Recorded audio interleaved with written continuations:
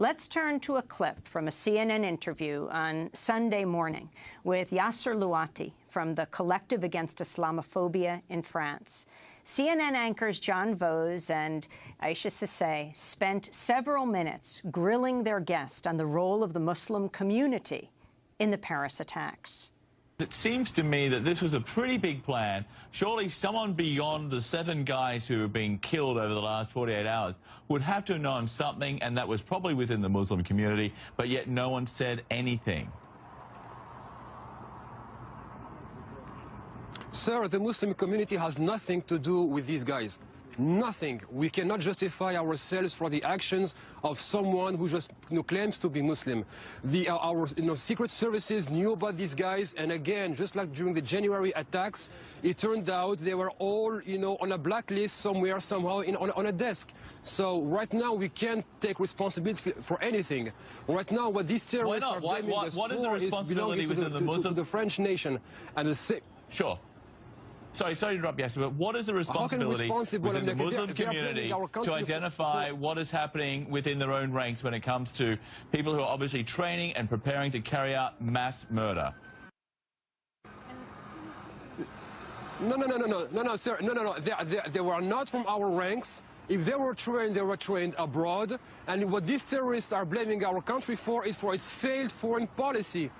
When the interview concluded with Louati, the anchors, John Vose and Aisha Sissay, had this discussion.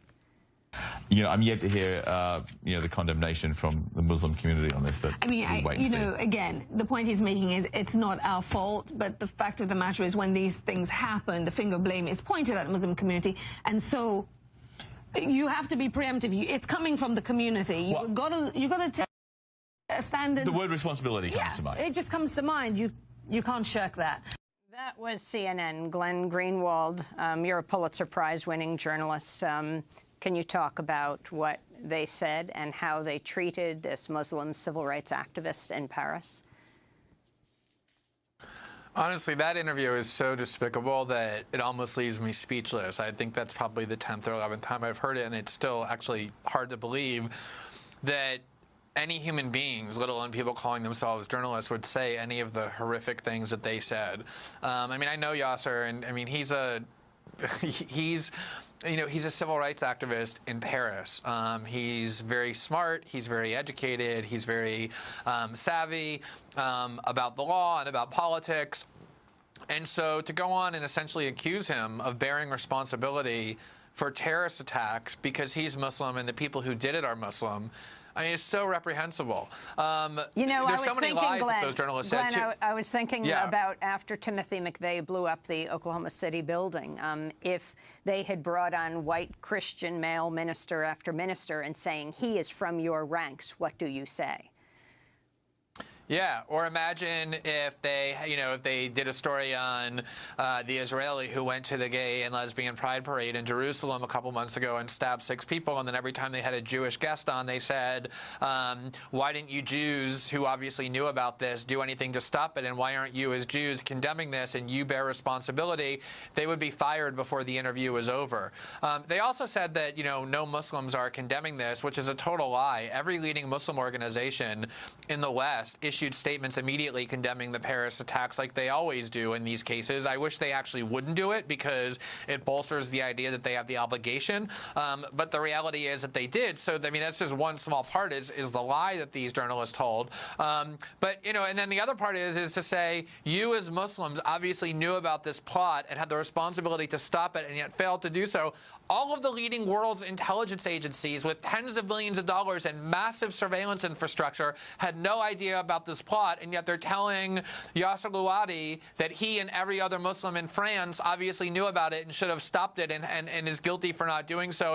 It's really despicable, but it's what's in the ether. It's absolutely the really scary climate that has emerged in the wake of Paris, an extremely anti-Muslim strain of animosity that we've seen historically in the past, and that is both ugly and really dangerous. Well, Glenn Greenwald, let's go to one of the reasons that have been cited for the growth of the Islamic State, not the Muslim community in France. The Guardian reported Wednesday that 4 former Air Force drone operators have written an open letter to Barack Obama warning that the program of targeted killings by drones has become a major driving force for ISIS and other terrorist groups.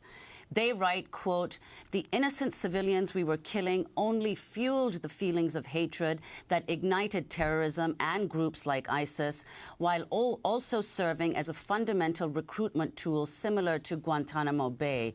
Glenn Greenwald, could you respond to that? It's amazing how we just refuse to learn this lesson. I mean, obviously, there are some differences between ISIS and al-Qaeda, but there's many, many more similarities than differences. And one of the things that we should have learned, and that a lot of people have learned, including not just, you know, left-wing activists or independent journalists, but even think tanks and even the Rumsfeld Pentagon commissioned a study finding this, that what fuels and strengthens terrorist organizations is resentment toward the United States as a result of the policies that we engage in, the actions that we engage in that part of the world. Yemen is probably the best example. If you talk to Yemenis, what they will tell you is that there was no al-Qaeda in Yemen, or very little al-Qaeda in Yemen, very weak and the presence was marginal and negligible prior to the U.S. escalating its drone campaign in 2009, 2010, and killing huge numbers of civilians, which is what drove Yemenis into the arms of al-Qaeda and strengthened al-Qaeda to become al-Qaeda in the Arabian Peninsula.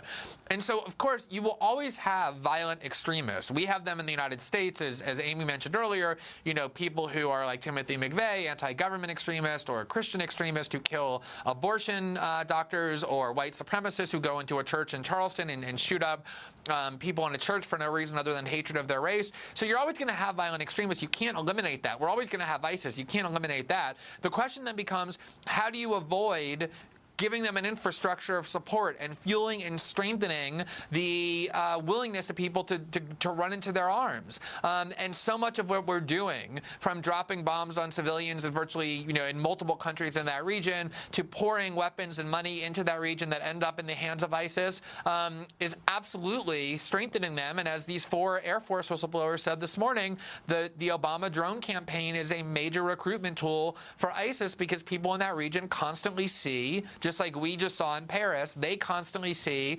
images of dead women and children and innocent men at the hands of the United States government. And just like we have anger toward ISIS when we see that and want to do violence to them, the people in that part of the world who see images of our victims want to do that as well to us. And running into the arms of ISIS is a natural thing for them to do. Glenn Greenwald, what about if the media did not see war as an option? So, for example, you have these horrific attacks in Paris. The immediate response is the pummeling of Raqqa. Yes, they say it's the headquarters of the Islamic State. It's got hundreds of thousands of civilians. France pummels it. The U.S. pummels it. Russia pummels it. Where are the questions in the media about the civilian death toll? And then the people, of course, fleeing that hellhole will be stopped from resettling anywhere, as we see from the United States to Europe. So that question of broadening the discussion to peaceful options, clearly war has not worked for well over 14 years now. Taliban controls more of Afghanistan than it did before the U.S. invaded. I mean, Afghanistan is the perfect example, Amy, which is, you know, if you go back and listen to what American political leaders in both parties and journalists and pretty much the entire country, I mean, 90% of the American population supported the war in Afghanistan. I mean, there were a good number of people who didn't, but overwhelmingly people did. What everybody was saying at that time was they were speaking out of rage and anger and hatred and disgust for the Taliban, for their involvement or perceived involvement or responsibility for the 9/11 attacks. And the idea was, we're going to go to Afghanistan and we're going to obliterate the Taliban. We're going to basically just bomb them out of existence. And the Bush administration had a completely free hand, cheered on by the media and the overwhelming majority of the American population to do exactly that. And they tried. And yet, as you just said, 13 years later, the Taliban is stronger than ever, because you cannot do that. All you end up doing is turning the people of Afghanistan against you and therefore driving them into the arms of the Taliban. We just won't learn that lesson. And the reason we won't learn that lesson is twofold. Number one is a lot of what is being stoked are really potent instincts in human nature. Our tribalistic instinct, our desire for vengeance, our desire to otherize people and then destroy them. And so when you see carnage in Paris, I'm sure it's true for you, I know it's true for me, all of us have that impulse to say the people who did this are monsters and we want to destroy them. But we, as human beings, have not only impulse, we also have reason. And the purpose of our reason is to control our instincts and impulses. We don't just act by instinct and impulse. If we did, we'd be the lowest level animals. But the media is trying to stoke that id part of our brain, and so is the government, to just focus on vengeance and focus on a desire to obliterate, even when it's not in our interest to do so. And then the second reason is, the American media benefits immensely from war. Huge number of people watch CNN and MSNBC when there are wars. They get to go to war zones and dress up as soldiers, with camouflage flags, and they embed with the American media. It's exciting for them. They win awards as part of their career. They feel nationalistic. They feel like they have purpose. Telling people that they're part of a civilization war and fighting for freedom and democracy, that makes people feel really good, especially journalists. And so journalists are hungry for war. You could basically see them drooling in that press conference they did with Obama a few days ago, where they tried to badger him into sending ground troops into Syria. So all of these emotions and all of these instincts and all of these really ignominious impulses are combining into this really toxic brew that we've seen many times in the U.S. over the last several, since 9/11, but I don't think we have seen it quite as potently since 2002 or 2003, and it's amazing to watch everything just repeat itself.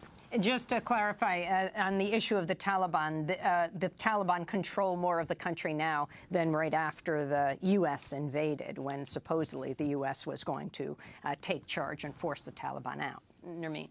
Yeah, Glenn Greenwald, talking about the increasing militarization of the conflict, you've spoken of the effects of pouring so many weapons into the region. And your recent article, one of your recent articles, has headlined "Stock Prices of Weapons Manufacturers Soaring Since the Paris Attack." So could you talk about what you found? What arms manufacturers and where are increasing their arms sales?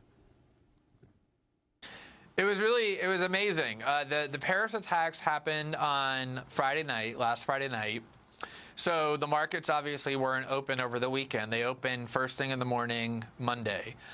Instantly, if you look at the charts of the stock prices of the leading weapons manufacturers, not only in the United States, but also in France, there was a massive leap the minute the markets opened. It was like investors were frothing at the mouth to buy the stock of the leading arms manufacturers, such as Boeing, General Dynamics, Raytheon, and then in France, the leading one is Thales, is the French pronunciation, I believe. And in each case, you see this straight up vertical line beginning right at the beginning of the day, and then throughout the day the stock prices continue to increase from anywhere to 3 to 5 to 6%, and then the following day in a lot of cases it continued, even as the rest of the market was basically flat or up very, very slightly. There was a huge gap between the weapons manufacturers' stock prices and the rest of the market, and the reason is obvious, which is every time there's a terrorist attack, Western leaders exploit that attack to do more war, as Amy was just saying, which in turn means they transfer huge amounts of American taxpayer money and the taxpayer money in France and Great Britain to these corporations that sell arms. And so investors are fully aware that the main people who are going to benefit from this escalation as a result of Paris are not the American people or the people of the West, certainly not the people of Syria. It's essentially the military industrial complex that is going to profit greatly. You talk about the weapons manufacturers. What about the countries? If you can, we can end on Saudi Arabia, and we only have 30 seconds. U.S. just signing one massive arms deal after another with Saudi Arabia. It's the weirdest part of the war on terror, which is that there's one country basically most identified with the 9/11 attacks and the ideology that drove it, and that happens to be the second closest ally of the United States in that region, which is Saudi Arabia. And they not only were responsible for lots of parts of al-Qaeda, but are funding in lots of different ways ISIS as well, and yet we continue to hug them while waging war in countries that have never had anything to do with attacks on our country. Glenn Greenwald, we want to thank you for being with us, Pulitzer Prize-winning journalist. We will link to your pieces at The Intercept, among them New York Times editorial slams disgraceful CIA exploitation of Paris attacks, but submissive media role is key.